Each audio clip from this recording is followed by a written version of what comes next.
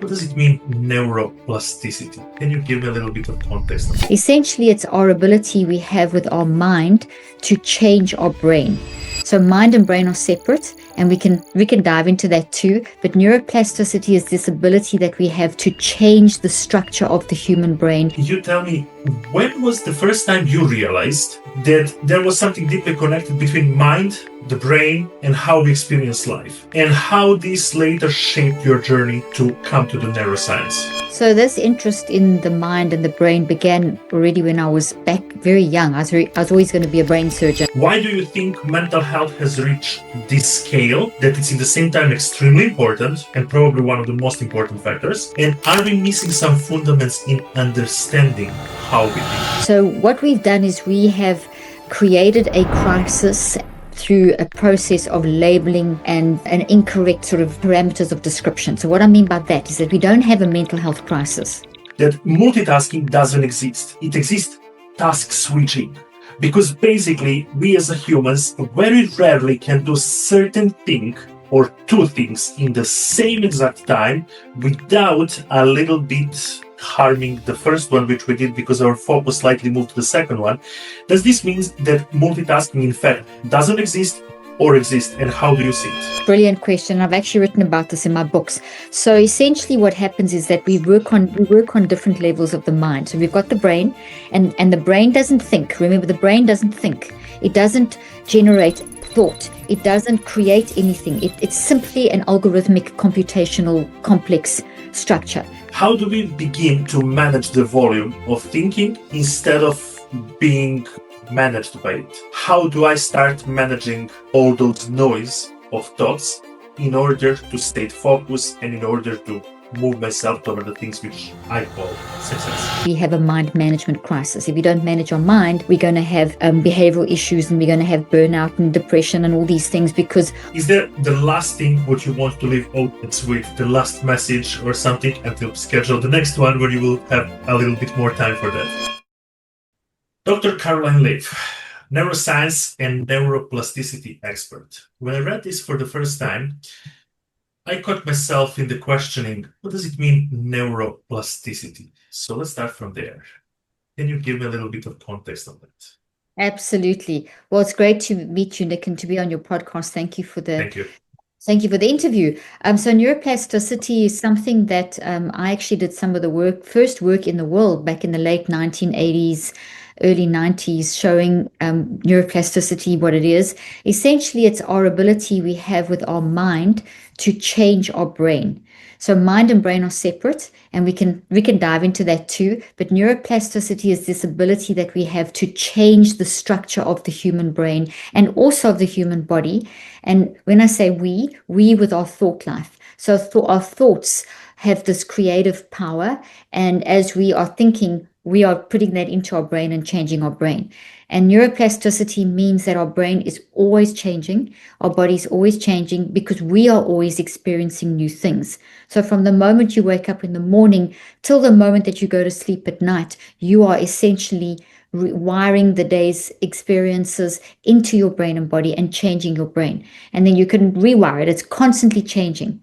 The beautiful thing about neuroplasticity is that it happens regardless, but you can direct it. So a lot of the work that I have done over the past 40 years has been to explore how you can direct neuroplasticity to deal with thoughts that are disruptive or that are good and you want them better, or you want to optimize functioning, etc., etc. So that's a big picture overview. I love it. Thank you so much for breaking this down, because I have been doing this podcast with some wonderful people who are very much into the mindset, such as like Brian Proctor, son of a late Bill Proctor, Dr. Joe Vitale was here, Peggy McCall, Karen Brook, like so many people. We were speaking a lot about that from the perspective of manifestation, from the perspective of law of attraction, from the perspective of how can your thoughts change the reality. Here we are speaking based on science. So to all my audience a little bit better understand what are you doing and why you're here today. It's very important for all of us who are in sales as well and in any type of business. I want you tell me, when was the first time you realized that there was something deeply connected between mind, the brain, and how we experience life, and how this later shaped your journey to come to the neuroscience. So this interest in the mind and the brain began already when I was back very young. I was always going to be a brain surgeon. And then I realized when I got into medicine that just working on people's brains or doing brain surgery wasn't really going to satisfy what I was looking for. I was trying to understand more of what is a thought, what are memories, how do thoughts form, what is the mind, what is the brain. Now, back in the 80s when I did my initial degrees, and I've done quite a few degrees, the thinking at that time was that the mind and the brain were separate, but that once the brain got damaged, the brain couldn't heal. And that's where neuroplasticity comes in, because the brain can rewire. So my interest began years ago, and it was developed as I was working through my initial degrees in my very first year. I was exposed to, I did a very interesting combination of degrees, and I was exposed to some very deep thinking around this area. And then I continued to develop it in my honors, master's, and PhD research. And since then, I've continued clinical trials and research and developed theories and systems and all kinds of things to show that. So mind, would you like me to maybe give you a definition of the difference? Absolutely, because there is definitely no better person who can do it than you. Oh, well, thank you. I appreciate that. So in today's kind of language, if you read, just the media and the science papers that people are exposed to and the discussions, you will hear a lot of people will say, my mind, my brain, as though they're the same thing. And they'll often do this. Yeah. They'll often put their hands to their head and they'll say, my brain this. And you'll read an article, your brain does this when you are angry, or if you are very motivated, you'll have this dopamine rush and your brain will learn a new pattern. And so you get a lot of language that interchanges the words mind and brain. And that is a massive problem because they are so totally different. They work together, but they are so totally different. So the simplest way to understand, I'm going to give you a really simple analogy, and then we can kind of build from the analogy. But you could think of your brain like a piano, and this is really a simple analogy, and your mind is you playing the tune. So the piano can't play its own tune. The piano has to be played by a person who can think and actually produce that ability to generate all the mind activity, use the brain, and then play the piano. So the brain would be like the piano, and you playing the piano would be like the mind. Another analogy that is used so commonly is the computer. So a lot of people think, well, the brain is a computer and the software is the mind. Wrong. The brain is the computer plus the software. So the mind is who developed the software, who made the computer, and created all the software. That's us with our mind. So it's the mind that creates the computer, the software, the AI, and makes writes code, gets it. That's the mind. It's doing all the stuff. Then you open your computer, you decide what software you want. That's all the mind stuff. So in other words, the computer and the software just become the tools that enable you to express this incredible way of thinking. Another way of thinking of it is a TV. If you think of all the channels on a TV, there's lots of channels, lots of shows. They're not inside the TV. They are coming from a human who's created all that, put it all together. It's in the airwaves. And then you sit down as a human and you switch on and you choose. So the TV is simply the instrument that picks up the frequency, but the frequency is all the activity. So your mind is all this energy activity that enables you to think, to feel, to choose, to create, to love, to think abstractly, to do everything that we as humans do. Introspect, reason, create, all of that's mind. And it's an energy force. And we know from research that the mind is all around you and through you. And from the research that I've done with my colleagues and my own research, is the mind is pretty much 99% of who you are. Your brain and your body are only about 1%. So they're very important because, like a TV, we need the TV to be able to watch the TV show, to get the frequencies, download, select. We need the piano to be able to play the tune. So it's the same thing. We need the brain and the body to play the tune of the mind. And that's really what the mind is. It's an energetic powerhouse that surrounds you. We talk about a biofield. And quite literally, it's around and through you. So your mind is what's enabling you to process what I'm saying, to see the visual and make sense of the visual images. Your brain is not making sense of what I'm saying. Your brain is not making sense of what you're seeing.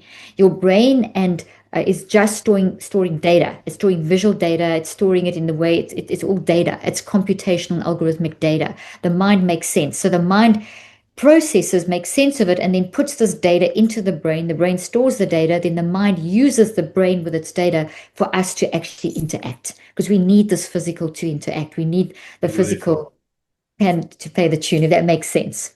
This is one of the most beautiful explanations, and one of the way how we can distinguish actually mind from the brain. But one of the things, I was doing a lot of research before hopping on this interview, and one of the things which shook me quite strong is that World Health Organization recently pushed a study that over 1 billion people worldwide are now living with some form of mental health challenge. That can be any form. One probably of the most common in entrepreneurial space is ADHD, where so many people are distracted. Moreover, we're witnessing that all social media is creating a lot of distraction, a lot of noise towards people, and focus is probably something what might be or maybe is already the biggest asset we can have. Are we missing some fundamentals about how we think?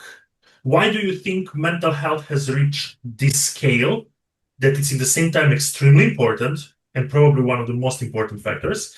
And are we missing some fundamentals in understanding how we think? The second part of your question is spot on. So what we've done is we have created a crisis through a process of labeling and an incorrect sort of parameters of description. So what I mean by that is that we don't have a mental health crisis. We have a mind management crisis. Very different. And a mind management crisis will result in mental health challenges. So there's a difference there. So what we have is the world is dominated by what we call a biomedical model. And a biomedical model is based on the idea that if you have certain symptoms, then let's say that you're having heart palpitations and or you're getting pain in your heart. So you go to a cardiovascular cardiologist, and they will look at the symptoms and they will diagnose and find what is your problem in your heart. So it's quite specific. They'll diagnose to the biology of the heart, and then they will describe a particular form of intervention that is targeted to that, whether it's high blood pressure or whatever it may be. Now that works for the physical brain and the physical body, but it doesn't work for the mind. Remember, the physical brain and the physical body are 1% of who we are. The biomedical model works beautifully, brilliantly for that. The mind, however, doesn't fit into the paradigm of the biological model, because the biological model, the biomedical model, the implication underlying it is that there's a problem in the physical producing these symptoms. Now that makes sense. If there's a problem in your heart from blood pressure, it produces these symptoms, or in your immune system, or in your pancreas producing diabetes or something. That makes sense. But when it comes to us as humans experiencing the human experience, which is full of ups and downs, full of big things, small things, traumas, socioeconomic, political, we are humans experiencing a very vast array of experiences on different levels and scales at different times of our life. And every day we're facing challenges. Those are massive things that we as humans are in life. So life is affecting us. We're processing it through our mind into the brain and body, like I've described. So the mind first processes it, builds the thought, creates the thought of the experience, and then puts that into the brain and changes the brain. That's the neuroplasticity aspect. But it's not coming from the brain out, it's coming from out in. So it's coming from the world into the mind, into the brain and body, and then we show up. And so if there is a turmoil going on around us, that turmoil builds into the mind, into the brain, into the body, and shows up as a turmoil in our life and chaos in our life. And the more we don't intervene on the mind management level, the more we don't look with our minds that, hey, listen, we have socioeconomic issues, we have political issues, we have individual issues of person going through an abuse, we have a marriage issue, we have someone who's got an adverse child experiences, we've got all these things, these adverse experiences, we've got day-to-day challenges, work pressure, social media, different lifestyle, technology, Gen Z experiencing and Gen Alpha, different to millennial to that's all from the outside coming into the mind. We have to use our mind to understand all those experiences, and then we have to use our mind to manage those experiences. And when we start at that level, then all of that eventually lands up in our brain. But if I don't manage it, it lands up in my brain as chaos.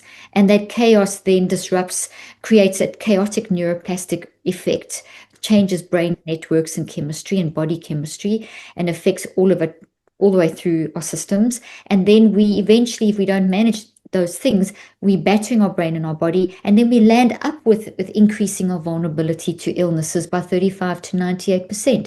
So what we see is that 95% of diseases today are lifestyle diseases, are called lifestyle diseases, and they are preventable. So people are getting sick and dying from preventable lifestyle diseases because they're not managing their minds.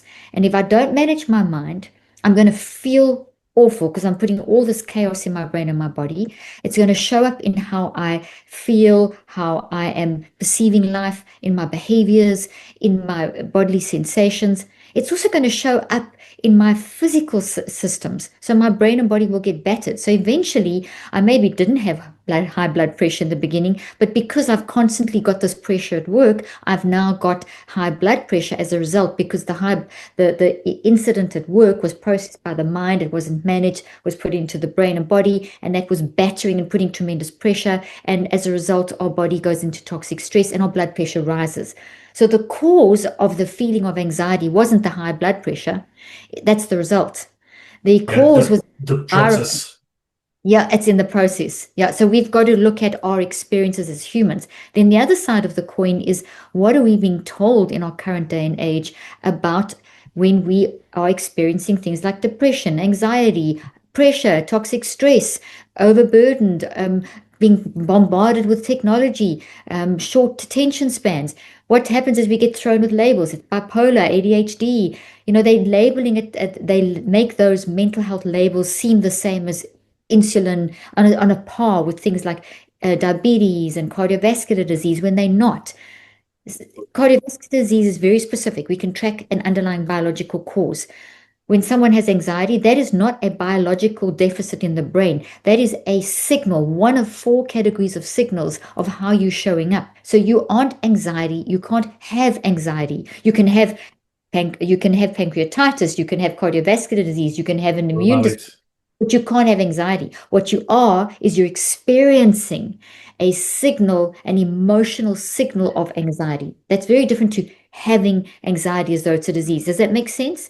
So we've confused and confabulated. Brilliant sense. It makes brilliant sense. And it opens so many questions. And I'm so sorry this podcast is not 3 hours, because I'm having so many of them and I need to choose in my head which one I want to ask you. But at the very beginning of the podcast, at the very beginning of this question, sorry, you said that the brain struggle with managing operations. Does this prove the theory, which I'm consistently speaking to my clients, that's my theory. Maybe it's not right, but this is what I believe, that multitasking doesn't exist. It exists task switching, because basically we as humans very rarely can do certain thing or 2 things in the same exact time without a little bit harming the first one, which we did because our focus slightly moved to the second one. Does this mean that multitasking in fact doesn't exist, or exist, and how do you see it? Brilliant question. I've actually written about this in my books. So essentially what happens is that we work on different levels of the mind. So we've got the brain, and the brain doesn't think. Remember, the brain doesn't think. It doesn't generate thought. It doesn't create anything. It's simply an algorithmic computational complex structure that we don't even fully understand, but it's not generating. So the brain can't do anything. It can only respond to the mind. So the brain only responds to the mind, and it filters what the mind puts through it. So that's really important to understand in terms of multitasking, the first element. So then the second element is that multitasking, you're quite right, is the worst thing we can do for our conscious mind. I call it milkshake multitasking. You explain it beautifully. If you're putting energy in two things, both are going to basically suffer. And so there's to understand this. We battle to multitask on a conscious level. A conscious level of our mind is what we are in at the moment. You're awake, we're focusing, we're talking, we're actively receiving data and questions and information from each other, we're responding, we are thinking, feeling, and choosing and processing what you and I are discussing. Okay, that's active conscious interaction. Now, that is all mind stuff. And as you and I are having this back and forth discussion, this is all data. And your mind gathers that data, its details, and it builds a little cloud of energy and puts it in the brain and wires in the brain. So at the same time as us having this discussion, we are wiring that into, it is being wired into the brain and body at 400 billion actions per second. Now, you're not aware of that. We're aware of our conversation, but 30 seconds before you and I are each aware of what each other's saying, there's a whole bunch of stuff going on behind the scenes. And that stuff that's going on behind the scenes is the non-conscious level, not unconscious, non-conscious, N-O-N. The non-conscious level operates 24/7. It's beyond space and time. It's unlimited. Keeps us alive, right? Sorry? It keeps us alive. Keeps us alive. It's beyond space and time. It's beyond, it doesn't have any limit to capacity. It goes beyond multitasking. It can do a billion, quadrillion things at the same time. It is driving all our physiology. It's every experience we've ever had is captured and stored there. It is it's full of wisdom. It holds everything. It holds all of our disruptive thoughts and experiences, plus all the solutions. It is where we intuit, insight, wisdom, reasoning, create. It's running the show. And what it does is it takes in all, before you actually hear me, it's taken in everything I'm saying, processed it all, found linked information that, whatever other existing memories you have around this topic, put that into your body, then put it in your conscious mind, then you're aware of what each other's saying. So there's a whole world of activity going on below what we're consciously aware of. Now that level goes beyond multitasking. On a conscious level, we can't multitask because the conscious level can only handle certain amounts of information every second. It's like, there's different ways of talking about it, 2,000 bits per second, or you can say one conversation. The easiest way to understand is that your conscious mind can only handle one conversation at a time, whereas the non-conscious can handle an infinite number of conversations at the same time. So because the non-conscious is so fast, the conscious mind can't handle the power of the non-conscious. So the conscious mind it can't handle it. You would literally explode. So the non-conscious mind has to slow down its input to the conscious mind, and it does that via the subconscious. So here's this massive non-conscious, takes this information, slows it down, and puts it into the subconscious, and in the subconscious filters through one conversation at a time, 4 to 7 every 10 seconds, and that's what we focus on. Example, you and I are having a conversation. If someone from my team came in and someone from your team came in and you have a conversation with them, and no one would know what's going on. That's the multitasking. If you were trying to ask me questions and type at the same time and answer your phone, we wouldn't be having a conversation. But the non-conscious can do that. But the conscious can't. And so we're working on different levels. So conscious multitasking is a disaster. Non-conscious multitasking is a given fact. This is why you can drive a car and have a conversation at the same time, because you've already built a network into the non-conscious mind that you draw on when you drive the car, so that you don't have to, you're thinking, but your non-conscious mind is driving the car, your conscious mind's having the conversation or following the GPS. And for directions, your conscious mind is following the GPS, and it's adding to what the conscious mind, the actual skill of driving, if that makes sense. Makes absolute sense. And when you mentioned that, there is another, let's call it statistic, which I found that nearly 6,000 thoughts a day a normal human being can have. And for me, this is a lot of noise. When I put these numbers into reality and divide them per second, this is crazy amount of thoughts. We are having it very fast and vast space, like how to say it, like super fast. My question to you is, to better understand it, how do we begin to manage the volume of thinking instead of being managed by it? Because there is one thing where I'm managed by my emotions and that's my reaction. How do I start managing all those noise of thoughts in order to stay focused and in order to move myself toward the things which I call success?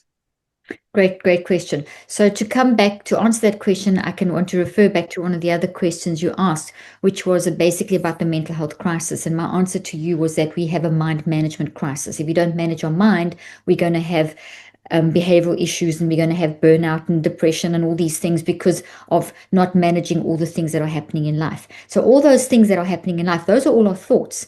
Every experience becomes a thought. And if you think of an experience is everything you have. Like if you teach on sales, so if they are selling, whatever person is selling that product to that customer, that's an experience. This conversation is an experience. From the moment you wake up till the moment you go to sleep, you are having multiple experiences, and every single one of these experiences is made of a lot of details. Like this experience is a conversation between you and I about mental health, mind, brain, whatever people have called it. But we're saying a lot of stuff. Those are all the details of the experience. So an experience is made of details. Experiences become thoughts. So every experience we have is built into a thought, and a thought has lots and lots of memories inside of it.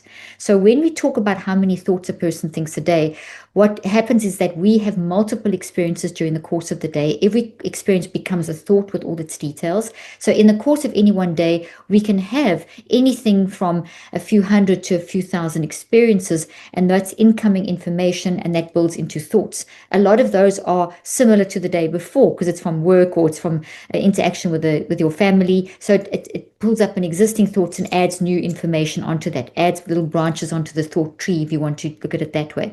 We also have our existing thoughts, and those existing thoughts are the thoughts with memories from things we've already had, experiences we've already had.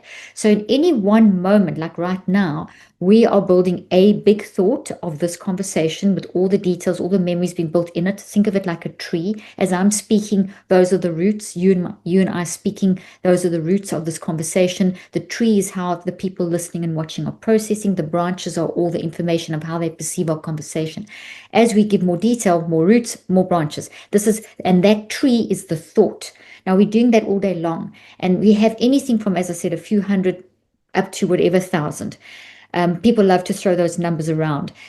Then we have, in order for us to have this conversation, there is a lot of thoughts being activated. So if you look at what's being activated for you to process this conversation and me to process this conversation, we're pulling up a lot of existing thoughts with their memories. If we put it all together in any one moment, we could be having anything from a few hundred to 50,000 thoughts. Wow.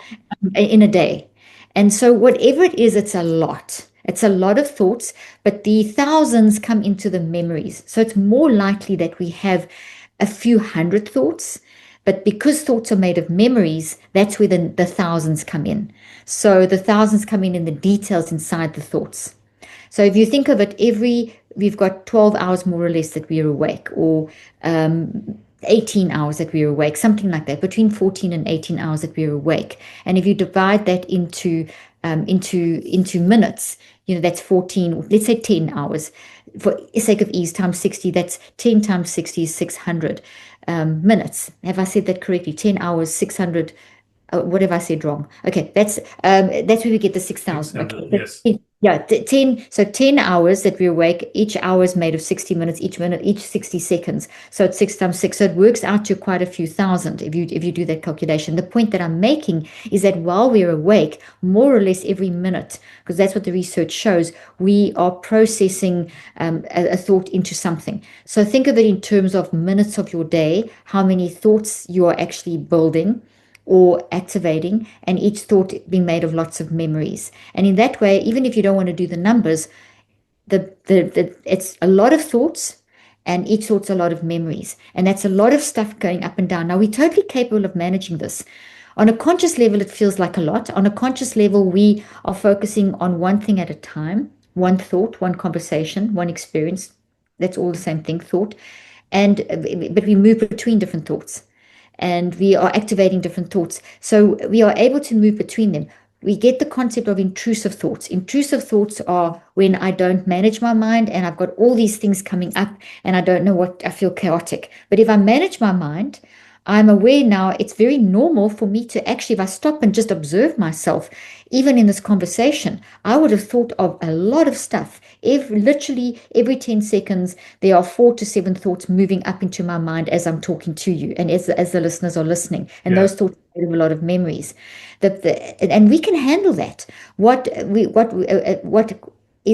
don't handle is when we lose our focus, those thoughts that are popping up that are helping us through the current moment.